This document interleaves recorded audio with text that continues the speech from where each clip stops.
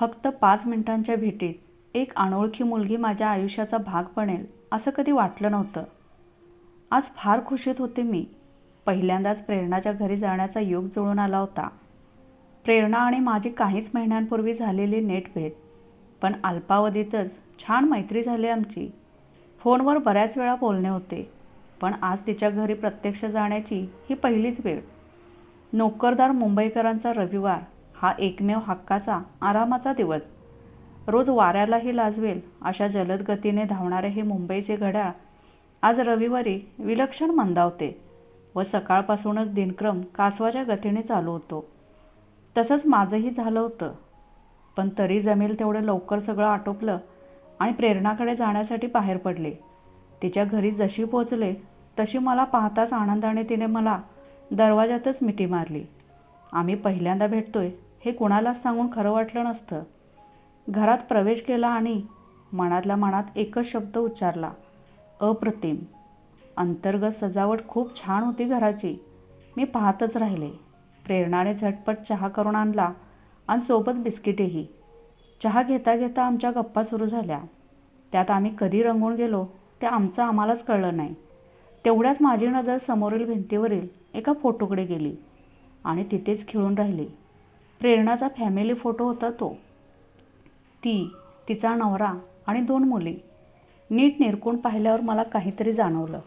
मी म्हटलं, प्रेरणा, या फोटोतील ही तुझी मोठी मुलगी रिया ना गं? आणि ही दुसरी परी, बरोबर? अर्थात आमचं फोनवरचं बोलणं इतकं नक्कीच झालं होतं, पण परी तर तुम्हा सर्वांपेक्षा खूप वेगळी दिसते. हे ऐकून प्रेरणा चमकल्यासारखी वाटली. समोरील रिकाम्या कप अशा उचलून स्वयंपाकघरात गेली. 2-3 मिनिटांनी ती बाहेर आली खरी, पण वेगळ्याच विश्वात हरवली होती. मी न राहून तिच्या खांद्यावर हात ठेवला. तशी ती भानावर आली आणि खुदकन हसली आणि म्हणाली, थांब, एक गंमत सांगते तुला. तिच्या खळखळून हसण्याने माझ्याही मनावरचं ओझं उतरलं. तिने आपल्या बोलण्याची गाडी पुढे ढकलली. तुला माहिती आहे ना, मुंबईची जीवनवाहिनी आपली ट्रेन, ती कशी रोज एखाद्या महाराणीसारखी डौलात धावत असते. मी म्हटलं, हो ना, काय तो तिचा रुबाब. आजूबाजूचा धुरळाच नाही तर इमारती, रस्ते, झाडे सगळ्यांनाच जणू गेलात उडत असं म्हणत ती मागे लोटत धावत असते आणि आपण बापडे आज्ञाधारक दासींसारखे गप गुमान तिच्यासोबत जात असतो. प्रेरणा म्हणाली, मग काय तर. आणि त्यात हा मुंबईतील उसळलेला गर्दीचा महापूर. अगदी नकोशी वाटते ही गर्दी. बसायला जागा तर सोडाच, धड उभं राहणं म्हणजे सुद्धा जिकरीचंच. त्यातून दरवाजात उभं राहिलं नाही तर उतरायलाच मिळणार नाही. त्यामुळे मला रोज जीव मुठीत घेऊन दरवाजाच्या कडेला उभे राहून प्रवास केल्याशिवाय गत्यंतर नसतं. धडधाकटपणे उतरायला आणि सुरक्षित अवस्थेत घरी पोचायला मिळणे म्हणजे नशिबाने आणि काळाने आपल्यावर केलेली मेहरबानी जणू. एके दिवशी मी ऑफिसला निघाले. प्रवासाच्या मधल्या पट्ट्यात एका विशिष्ट जागी रोज सिग्नल लागतो आणि तेवढ्यापुरती गाडी जवळजवळ 5 मिनिटे तिथे थांबते. तशीच ती आजही थांबली होती. तेवढ्यात मला ती दिसली. रुळांच्या लगतच असलेल्या रेल्वे पटरीजवळ राहणाऱ्या बांधकाम मजुराने तात्पुरत्या बांधलेल्या पत्र्याच्या एका घराबाहेर एक मुलगी खेळत होती. जेमतेम 4-5 वर्षांची असेल. मातीने नखशिकांत बरबटलेली होती ती. आपल्याच मस्तीत खेळण्यात दंग होती. मध्येच ती थांबली. कपाळावरून वाहणारा घाम आणि गळते नाक फ्रॉकच्या बाह्यांना पुसत उभी राहिली. दिसायला तशी काळी सावळी, नाजूक चणीची, विलक्षण बोलके डोळे. आजूबाजूच्या पिलावळीशी चिवचिवाट करताना त्या वयातही तिच्या वागण्या बोलण्यात कमालीचा आत्मविश्वास दिसत होता. गाडी सुरू झाली तशी ती आणि तिचे छोटेसे विश्व दोन्ही मागे पडलं. नोकरीच्या निमित्ताने इतकी वर्ष ट्रेनच्या प्रवासात गेली. त्या दरम्यान डब्याच्या अल्पकालीन रहिवासी असलेल्या असंख्य बायकांची, तसेच ट्रेन पुढे जाताना मागे पडलेली अशी बरीच विश्व नजरेच्या खिडकीपलीकडून गेली. तरी आजपर्यंत त्या खिडकीत कोणतंच विश्व स्थिरालं नाही. पण का कुणास ठाऊक त्या छकुलीमध्ये, होय, तिचं नाव मी छकुली असं ठेवलं. असं काय होतं की माझ्यावर मोहिनी पडली आणि मला मागे वळून पाहण्यास भाग पाडलं. तो मातीतला ठिपका दिसेनासा होईपर्यंत मी मागे वळून पाहत राहिले. पुढे ती रोज मला दिसायची. कधी टिप्पर खेळताना लयबद्ध नाचणारी, तर कधी त्याच मातीत पत्कल मारून बसलेली आणि हातातल्या मळक्या बाहुलीचे लाड करण्यात तल्लीन. कोण काय म्हणेल असले विचार तिला काय माहीत. त्या सिग्नल लागलेल्या 5 मिनिटात जणू काही आमचं एक छोटंसं विश्व तयार झालं. पूर्वी ती सिग्नलची 5 मिनिटं म्हणजे मला जीवावर यायची. त्यामुळे त्या मोटरमॅनला आणि त्या सिग्नलला मनातल्या मनात शिव्यांची लाखोली ठरलेलीच असायची, कारण त्यामुळे बऱ्याच वेळेला उशीर व्हायचा. पण आता त्या छकुलीच्या विश्वात ते क्षण आनंदात जायचे. एक दिवस खेळता खेळता त्या ठिकाणी अचानक भांडण सुरू झालं. एका थोराड मुलाने छकुलीच्या पाठीत धपाटा घातला. बिचारी नाजूक पोरगी कळवळली, रडायला लागली. मलाही गलबलून आलं. पण क्षणभरच. दुसऱ्या क्षणी तिने त्या पोराच्या पाठीत असा काही गुद्दा मारला की तो मटकन खालीच बसला आणि मोठ्याने भोकाड पसरलं. तशी ती आनंदाने टाळ्या वाजवत नाचू लागली. मीही आजूबाजूचं भान विसरले आणि टाळ्या वाजवल्या. तिने त्या ऐकल्या असाव्यात. तिने मान वळवून माझ्याकडे पाहिले आणि तीही खुदकन हसली. किती गोड निरागस हास्य होतं ते. त्याची सर कोणत्याही मौल्यवान वस्तूला येणार नाही. तेवढ्यात ट्रेन सुरू झाली. तशी मी तिला टाटा केला आणि फ्लाइंग किस दिला. तसं तिनेही मला टाटा केलं. पुढे या रोजच्या धावत्या भेटीत ती रोज मला न चुकता हात करायची, हसायची. माझ्यामध्ये तिला काय दिसलं माहीत नाही. आई, बहीण, मैत्रीण की अजून काही जगावेगळं नातं. पण तरीही एक जिव्हाळ्याचं नातं आमच्यात तयार झालं होतं, एवढं नक्की. अधूनमधून मी ट्रेनमधूनच चॉकलेट, पिना, हेअरबँड अशा छोट्या छोट्या गोष्टी तिच्या दिशेने टाकायचे. तिला त्यांचं एवढं अप्रूप असायचं की जणू काही खजिना गवसल्यासारखं ती त्या वस्तू घेऊन नाचायची. साहजिकच होतं म्हणा. बरेच दिवस चाललं असं. एकदा मी खूप आजारी पडले. मग काय, ऑफिसला सक्तीची विश्रांती. ते 4-5 दिवस तपाप्रमाणे भासले मला. माझंही स्वतःचं कुटुंब होतंच की, नवरा, एक लहान मुलगी.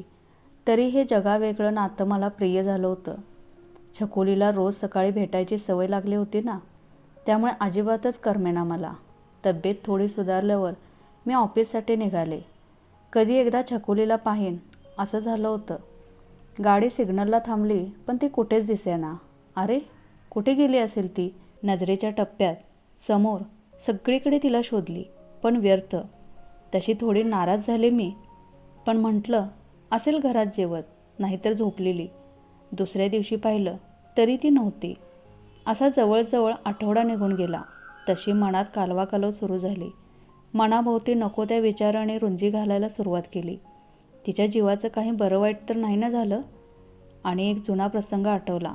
एकदा खेळता खेळता आपल्याच नादात ती कधी रुळाच्या जवळ आली तिलाच कळले नाही. मी जोरात ओरडले तेव्हा ती दचकली आणि पटकन मागे फिरली. ते सारं आठवलं आणि पुढच्या विचाराने माझ्या पायातलं त्राणच निघून गेलं. पण तरी पटकन मनाला सावरलं. देवाकडे तिच्या खुशालीसाठी प्रार्थना केली आणि ऑफिसला गेले. असाच पंधरवडा उलटला, पण ती काही दिसेना. आता मात्र मन तिच्यासाठी व्याकुळ व्हायला लागलं होतं. कसले तरी अशुभ विचार मनात यायला लागले. त्या लोकांचा तिथला मुक्काम हल्ला असं म्हणावं तर तसंही काही नव्हतं. मग कुठे गेले असेल ती? तिच्या जीवावर बेतलं नसेल ना? बाप रे, किती हे अभद्र विचार. मी गपकन डोळेच मिटून घेतले. एक दिवस ऑफिसच्या काही कामासाठी दादरला जावं लागलं. स्टेशन आलं. तशी उतरले आणि तिकडे जायला टॅक्सी पकडली. थोड्या वेळाने सिग्नल लागला आणि टॅक्सी थांबली. आपल्याच विचारात गुंग असतानाच टॅक्सीच्या खिडकीवर कोणीतरी टकटक केलं. सिग्नलला भिकाऱ्यांचा, चणेदाणे, खेळणी विकणाऱ्यांचा सुळसुळाट असणारच. हे सगळे सिग्नलच्या ठिकाणी तो परिसर त्यांना त्यांच्या सासऱ्याने अंधन दिल्याप्रमाणे वावरतात. तर त्यातलाच एक समजून नजर वर करून न बघताच मी हातानेच पुढे जायची खूण केली. पण एका नकाराने ही माणसं थोडीच हटणार. परत खिडकीवर टकटक झाली. असे 2-3दा झाल्यावर मात्र मी वैतागले आणि काहीतरी सुनावण्यासाठी मान वर केली. पण समोर जे पाहिलं त्याने ओठांवरचे शब्द तोंडात विरून गेले. डोळ्यांवर विश्वासच बसेना. समोर ती होती. हो, छकुलीच होती ती. धुळीने बरबटलेली, केस विस्कटलेली, डोळे खोलवर गेलेले, अंगावर, चेहऱ्यावर जागोजागी सूजन मारल्याचे व्रण. किती भयानक अवस्था होती तिची. मला ते सारं बघवेच ना. नजर जागच्या जागी थिजून राहिली. हॉर्नचा कर्कश आवाज कानात घुमू लागला. सिग्नल सुरू झाला होता. तशी टॅक्सी पण सुरू झाली. आमचं विश्व पुन्हा मागे पडत चाललं होतं. पण त्याच वेळेला कुठली तरी एक आंतरिक शक्ती हे सूचित करत होती की की कदाचित या वेळेला हे मागे पडणं थांबवलं नाही तर मोठाच अनर्थ ओढावेल. छकुली मला कायमची दुरावेल. अजून विचार करायला वेळच नव्हता. मी जवळजवळ ओरडूनच ड्रायव्हरला लगेच टॅक्सी रस्त्याच्या कडेला घ्यायला सांगितली. पटकन टॅक्सीतून उतरले आणि आजूबाजूला न बघता छकुलीच्या दिशेने धावत सुटले. ती तिथेच उभी होती, रस्त्याच्या मधोमध, स्तब्ध, निर्जीव बाहुलीसारखी, मुंबईच्या मायाजाळात हरवलेली. मी हाताने बळेच मागून येणाऱ्या गाड्यांना थांबवले आणि तिला उचलून रस्त्याच्या कडेला आणले. तिचे भकास निर्जीव डोळे आणि तिचं अस्तित्व भलत्याच कुठल्या तरी जगात हरवल्यासारखं. पण मला पाहताच तिच्या डोळ्यांच्या त्या रखरखीत काटांवर पाणी जमा झालं. तिच्या त्या अवस्थेतही मी तिला उराशी कवटाळली. दोघींच्या डोळ्यातून अश्रूंच्या धारा वाहत होत्या. माझ्या आश्वस्त मिठीत तिला जणू ध्रुवताऱ्याचं अढळ स्थान गवसलं होतं की काय कोण जाणे. पण ती मला घट्ट बिलगली होती. मी आधी माझ्या ऑफिसला फोन करून घरगुती अडचण आल्याने घरी जात आहे असे कळवले आणि तिला त्याच टॅक्सीत घालून घरी आणली. रियानेच दरवाजा उघडला. दारात छकुलीला पाहताच, आई कोण ही? हिला घरी का आणलं आहेस? काय झालं हिला? ही अशी का? अशी प्रश्नांची सरबत्ती सुरू केली. तिच्या मागेच माझा नवरा प्रसाद उभा होता. त्याच्या चेहऱ्यावरही प्रश्नांची दाटी व्हायला लागली होती. हे पाहताच मी त्यांना म्हटलं, मला थोडा वेळ द्या, मी सर्व काही सांगते. आत्ता ह्या क्षणी हिला माझी गरज आहे. मग मी छकुलीला घरात घेऊन गेले. तिला छान आंघोळ घातली. वाटेत तिच्यासाठी काही कपडे घेतले होते ते तिला घातले आणि जेवायला वाढलं. कोणाला माहीत किती दिवसांची उपाशी होती ती. वाघ मागे लागल्यासारखी जेवत होती. नंतर तिला शांत झोप लागली. मग मला जरा हायसं वाटलं. मी हॉलमध्ये आले आणि प्रसाद आणि रियाला हाक मारली. तशी रिया धावतच माझ्याकडे आली. आई कोण आहे ग ही? हिला इथे का आणलंय? तिचा तक्रारीचा सूर पाहून मी मनात थोडी काचरले, पण तरीही सावरलं स्वतःला. रियाला जवळ घेतलं, तिला लाडाने कुरवाळलं आणि माझ्या व छकुलीच्या बाबतीत सुरुवातीपासूनचं दोघांनाही सर्व काही सांगितलं. मुख्य म्हणजे दोघांनीही ते शांतपणे ऐकून घेतलं. थोडे दिवस कृपया छकुलीला इथे राहू द्या. यथाअवकाश आपण हिच्या बाबतीत निर्णय घेऊ, चालेल ना? माझं नशीब बलवतं की दोघांच्या समंजसपणाने बाजी मारली माहीत नाही, पण छकुलीला राहायची परवानगी मिळाली. 1-2 दिवस मी असेच जाऊ दिले. काहीच विचारलं नाही तिला. पण काय झालं असेल याची तिच्याकडे बघून एकंदरीत कल्पना आली होती मला. तिला त्याबद्दल विचारायलाही जीव कचरत होता. पण एक दिवस तिचा मूड पाहून तिला विचारलंच. त्या कोवळ्या जीवाकडून तेव्हा एवढंच कळलं की एक दिवस तिचा दारुडा बाप तिला एका गलिच्छ वस्तीतल्या एका माणसाकडे घेऊन गेला. थोडा वेळ त्यांच्यात काहीतरी बोलणं झालं आणि मग त्या माणसाने त्या बापाच्या हातात काही कागद दिले. त्या निर्दयी बापाने तिच्याकडे एकदाच पाहिलं आणि नंतर तिला तिथेच सोडून तो तरातरा निघून गेला. तो आजपर्यंत फिरकलेला नाही. यापुढे तिला काही विचारायची गरजच नव्हती. या 1-2 वाक्यात तिच्यावर काय काय प्रसंग घडले असतील त्या कल्पनेनेच मन विषण्ण झालं. थोड्या पैशांसाठी तिला त्या बाप नावाच्या नराधमाने विकलं होतं आणि तिला भीक मागायला लावली होती. नशीब बलवत्तर की आमचे जन्मजन्मांतरीचे काही ऋणानुबंध म्हणून ती मला दिसली आणि अजून काही वाईट घडायच्या आत जीव घेण्या यातनांपासून तिची सुटका झाली. छकुली आता घरात बरीच सावरली होती. माझ्या कुटुंबात मिसळायला लागली होती. रियालाही हळूहळू ती आवडायला लागली होती. एखाद्या लहान बहिणीसारखी ती तिची काळजी घेत होती, माया करत होती. पण तिचं पुढे काय हा प्रश्न आता भेडसावत होता. तिला अनाथ आश्रमात भरती करावं असा विचार एक क्षण मनात आला, पण पुढच्या भीतीने लगेच मनात घर केलं. कोण जाणे तिथेही तिला अशीच किंबहुना अजून वाईट वागणूक मिळाली तर? दुष्कृत्यांचा महाराक्षस हल्ली सगळीकडेच बोकाळला आहे. मला आता छकुलीच्या बाबतीत कोणताच धोका पत्करायचा नव्हता. त्या नराधमाने तिला शोधून काढले आणि तिच्यावर स्वतःचा हक्क सांगितला तर परत ती त्या नरकयातना देणाऱ्या जगात जाईल. या विचारानेच अंगावर काटा आला. काय करावे? मी आता छकुलीला माझ्या नजरेआड करण्यास तयार नव्हते.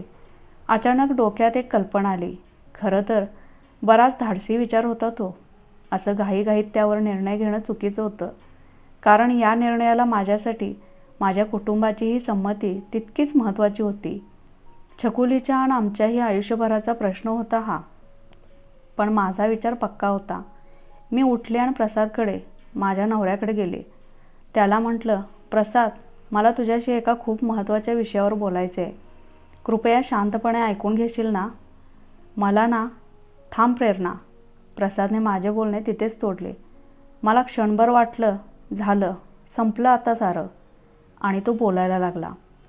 छकुलीला तू जेव्हापासून घरात आणलंस तेव्हापासून मी बऱ्याच गोष्टी हेरल्या आहेत.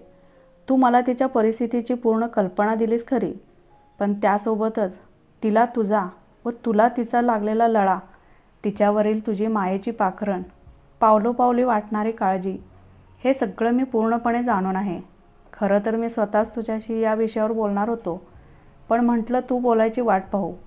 मला हेही माहिती आहे की तू आत्ता माझ्याशी काय बोलणार आहेस. आपण छकुलीला दत्तक घेऊया, हेच ना? अगं वेडे, तू विसरलीस का आपला प्रेमविवाह आहे ते? आपल्या सहवासाच्या 4-5 वर्षांच्या त्या काळात आपण एकमेकांना आधी पूर्णपणे जाणून समजून घेतले व मगच लग्न केलं आहे. मला तुझ्या मनातलं समजणार नाही का? छकुली मलाही आवडते. भाबडी वेडी पोर आहे ती. आपल्या रियालाही लहान बहीण मिळेल. तसेच दोघींवरही अन्याय होणार नाही याची मात्र खबरदारी घ्यावी लागेल हां. आपण लवकरच योग्य ती कायदेशीर प्रक्रिया पूर्ण करून छकुलीला दत्तक घेऊ. आपल्या आयुष्यात अशी अचानकपणे अवतरली म्हणून तिचं नाव आपण परी ठेवूया. चालेल? मला पुढे काही बोलायची गरजच नव्हती. माझं सगळं बोलणंच खुंटलं होतं. मी फक्त आ वासून प्रसादकडे बघतच राहिले. आपल्या भावनांचा आदर करणारा, आपण न बोलताही आपले विचार समजणारा, आपल्या प्रत्येक निर्णयात आपल्यासोबत खंबीरपणे विश्वासाने उभा असणारा, असा प्रेमळ जीवनसाथी असेल तर स्त्री कोणतेही महत्त्वाचे निर्णय आत्मविश्वासाने तसेच योग्य रीतीने घेऊ शकते. मी आनंदाने प्रसादला मिठीच मारली आणि तोही मला लाडाने थोपटत राहिला. अचानक माझी नजर मागे उभी असलेल्या परीवर गेली. बोलण्याच्या नादात ती कधी मागे येऊन उभी राहिली ते कळलंच नाही. आमची दोघींची नजरानजर होताच ती पटकन आली आणि आम्हाला विलगली. कालांतराने परी कायदेशीररित्या आमच्या कुटुंबाची सभासद झाली. रियानेही तिला धाकटी बहीण म्हणून सहज स्वीकारले आणि अशा प्रकारे आमच्या कुटुंबाची सोनेरी चौकट खऱ्या अर्थाने पूर्ण झाली. अल्पावधीसाठी गतीला खीळ बसवणाऱ्या सिग्नलने परीच्या आयुष्याला मात्र खऱ्या अर्थाने गती दिली. प्रेरणाचं बोलणं संपलं होतं, पण माझ्या ते लक्षातच आलं नाही. मी मंत्रमुग्ध होऊन ऐकतच राहिले होते. प्रेरणाने माझा हात पकडला तेव्हा कुठे मी भानावर आले आणि तिच्याकडे पाहिले. तिच्या चेहऱ्यावर समाधान ओसंडून वाहत होते. ते पाहून मी तिला मिठीच मारली. आई, मला खायला दे ना गं, खूप भूक लागली आहे. मी मागे वळून पाहिले. परी प्रेरणाला येऊन बिलगली होती. आणि या कोण गं? तिने विचारलं. तशी मी तिला जवळ घेतले, गोंजारले, लाडाने तिचा पापा घेतला आणि म्हटलं, मी तुझ्या आईची मैत्रीण आणि आता तुझीही. करशील माझ्याशी मैत्री? तशी ती खुदकन हसली व मला नमस्कार केला. तिला व रियाला शुभाशीर्वाद देऊन एक सुंदर अनुभूती घेऊन मी घराबाहेर पडले होते. एका परीचा तिमिरातून त्याच्याकडचा प्रवास मी स्वतःहून अनुभवत होते आणि ती अनुभूती फार वेगळी होती. तर मित्रांनो, एका छोट्याशा 5 मिनिटाच्या सिग्नलने एका मुलीचं संपूर्ण आयुष्य बदललं. असं म्हणतात ना, देव प्रत्येक ठिकाणी स्वतः येत नाही, पण तो माणसांच्या रूपात नक्की भेटतो. तुम्हाला काय वाटतं? जर त्या दिवशी ती भेट झाली नसती तर परीचं आयुष्य कसं असतं? कमेंट करून नक्की सांगा. आणि अशाच मनाला भेटणाऱ्या कथा ऐकण्यासाठी व्हिडिओला लाईक करा, चॅनेलला सबस्क्राईब करा आणि तुमच्या मित्रांसोबत नक्की शेअर करा. धन्यवाद.